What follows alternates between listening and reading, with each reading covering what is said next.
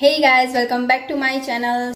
So yes, we are going to discuss about this book Rich Dad Poor Dad.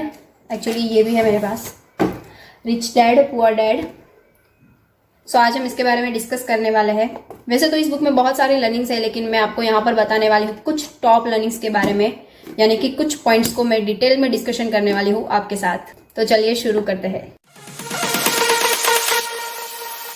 ये book Robert Kiyosaki ने लिखी है, जो कि एक अमेरिकन बिजनेसमैन है, और ये बुक 1997 में पब्लिश हुई थी और ऑल ओवर इसकी 3 करोड़ प्लस कॉपीज जो है वो सेल हो चुकी है. इस बुक में रॉबर्ट कियोसाकी जी ने अपने 2 डैड के बारे में बात की है. एक जो कि उनके खुद के डैड है जिन्हें वो पुअर डैड बोलते हैं, और एक जो कि उनके फ्रेंड के डैड है जिन्हें वो रिच डैड बोलते हैं. एक्चुअली इस बुक में उन दोनों ही डैड के जो पैसों को लेकर डिफरेंट माइंडसेट थे उसके बारे में बताया गया है. एक टाइम पे उनके दोनों ही डैड की सिचुएशन सेम थी, लेकिन आफ्टर द टाइम उनके पुअर डैड जो कि बहुत ज्यादा पढ़े लिखे थे और मेहनती थे, फिर भी वो हमेशा पैसों की तंगी से जूझते रहे. और जबकि उनके रिच डैड जो कि इतने ज्यादा पढ़े लिखे नहीं थे, फिर भी वो बहुत ज्यादा अमीर लोगों में से एक बने. उनके पुअर डैड हमेशा ये बोला करते थे कि बेटा हम ये चीज अफोर्ड नहीं कर सकते, जबकि उनके रिच डैड बोलते थे कि तुम्हें ऐसा कभी भी नहीं बोलना चाहिए. जब ऐसा बोलते हो तो तुम्हारा माइंड उस चीज के बारे में सोचना छोड़ देता है. उसकी जगह तुम्हें ये बोलना चाहिए कि मैं उस चीज को कैसे हासिल कर सकता हूँ. इससे तुम्हारे माइंड में आइडियाज आएंगे और तुम अपॉर्चुनिटी क्रिएट करोगे. इसके बाद जो भी सारी बातें हैं वो उनके रिच डैड ने बोली हुई बातें हैं, जिसे हम पॉइंट वाइज समझेंगे. उनके रिच डैड बोलते थे कि हर एक अमीर व्यक्ति ने एक ना एक बार पैसा जरूर गवाया है, और वो एक ना एक बार बैंकरप्ट जरूर हुआ है, और ऐसे ही उसको पैसों का खोने का डर भी उसका वहां पर खत्म हो जाता है. अगर आप कैलकुलेटेड रिस्क नहीं ले सकते तो आप अमीर भी कभी नहीं बन सकते. अमीर बनना और अमीर बने रहना दोनों में ही बहुत ज्यादा फर्क होता है, क्योंकि हम बहुत सारे ऐसे लोग देखते हैं जो कि सडनली अमीर बन जाते हैं, लेकिन थोड़े ही टाइम में उनके पास पैसों की समझ ना होने की वजह से वो सारे पैसे गवा देते हैं. उसके बाद हम ऐसे भी बहुत सारे लोग देखते हैं जो कि बहुत ज्यादा पढ़े लिखे होते हैं, बहुत अच्छे प्रोफेशन में या बहुत अच्छी जॉब में होते हैं, अच्छी सैलरी के साथ भी वो हमेशा पैसों की तंगी की वजह से जूझते रहते हैं, जिन्हें रॉबर्ट कियोसाकी रेट रेस में फंसे हुए लोग कहते हैं. जिन्हें स्कूल और कॉलेज में पैसों के लिए कैसे काम करना वो तो सिखाया जाता है, लेकिन वो ये नहीं जानते कि पैसा उनके लिए कैसे काम करता है, यानी कि वो पैसों से पैसा कैसे बनाया जाता है वो नहीं जानते. और इस रेट रेस के बारे में रॉबर्ट कियोसाकी जी ने अपनी बुक में डिटेल्स में बताया कि कैसे पुअर, मिडल और रिच की बैलेंस शीट होती है, जहां पर हम अपनी अर्निंग्स के बढ़ने के साथ साथ अपने एक्सपेंस को बढ़ा देते हैं और हमेशा एसेट्स को परचेस करने की जगह लायबिलिटी परचेस करते रहते हैं और एक रेट रेस में फंस जाते हैं. हमने फर्स्ट पॉइंट देखा कि हमें कैलकुलेटेड रिस्क लेना आना चाहिए. सेकंड पॉइंट हमने देखा कि don't work for money, money will work for you.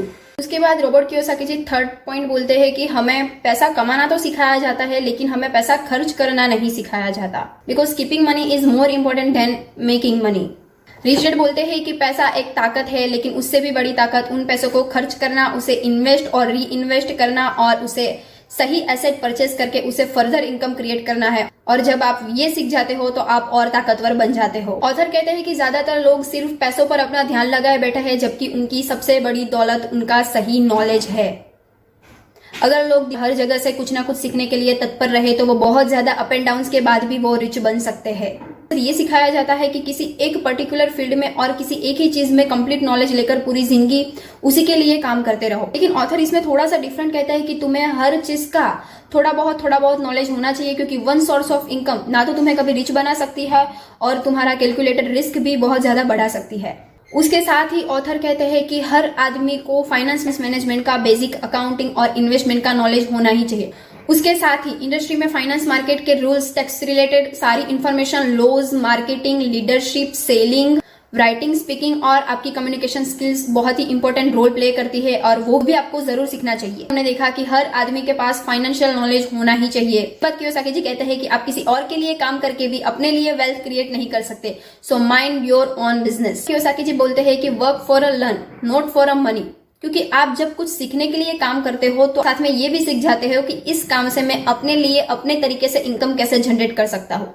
और वहां पर आ जाता है इनोवेशन, और जहां पर इनोवेशन आता है वहां पर मोनोपोली आती है. यानी कि कियोसाकी जी कहते हैं कि आपको पैसों के पीछे नहीं भागना है, आपको नॉलेज नहीं, आपको सही नॉलेज के पीछे भागना है, और आपको पैसा वहां पर अपने आप बनता दिखेगा. इन सारे पॉइंट्स के बाद ऑथर ने एक आसान सा रास्ता बताया है कि आपको एसेट्स और लायबिलिटी के बीच का फर्क समझना होगा. अगर सिंपल वे में बताया जाए तो एसेट्स वो सारी चीजें हैं जो आपकी जेब में पैसा डालती है, जबकि लायबिलिटी वो सारी चीजें हैं जो आपकी जेब से पैसा निकालती है.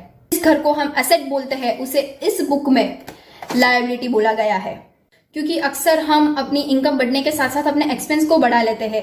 हम बड़े घर, बड़ी गाड़ियां, महंगे फोन या ट्रैवलिंग में सारे पैसे बर्बाद कर देते हैं। लेकिन कियोसाकी जी कहता है कि आपको ऐसा नहीं करना है। जब तक कि आपकी बैलेंस शीट की एसेट कॉलम इतनी मजबूत ना हो जाए कि आपके लिए बिना मेहनत के खुद इनकम जनरेट करके आपको ना दे, उससे भी आपको री इन्वेस्ट ही करना होगा। लेकिन फिर भी आप अपने थोड़े से खर्चे, अगर ऐसा होता है तो बढ़ा सकते हो।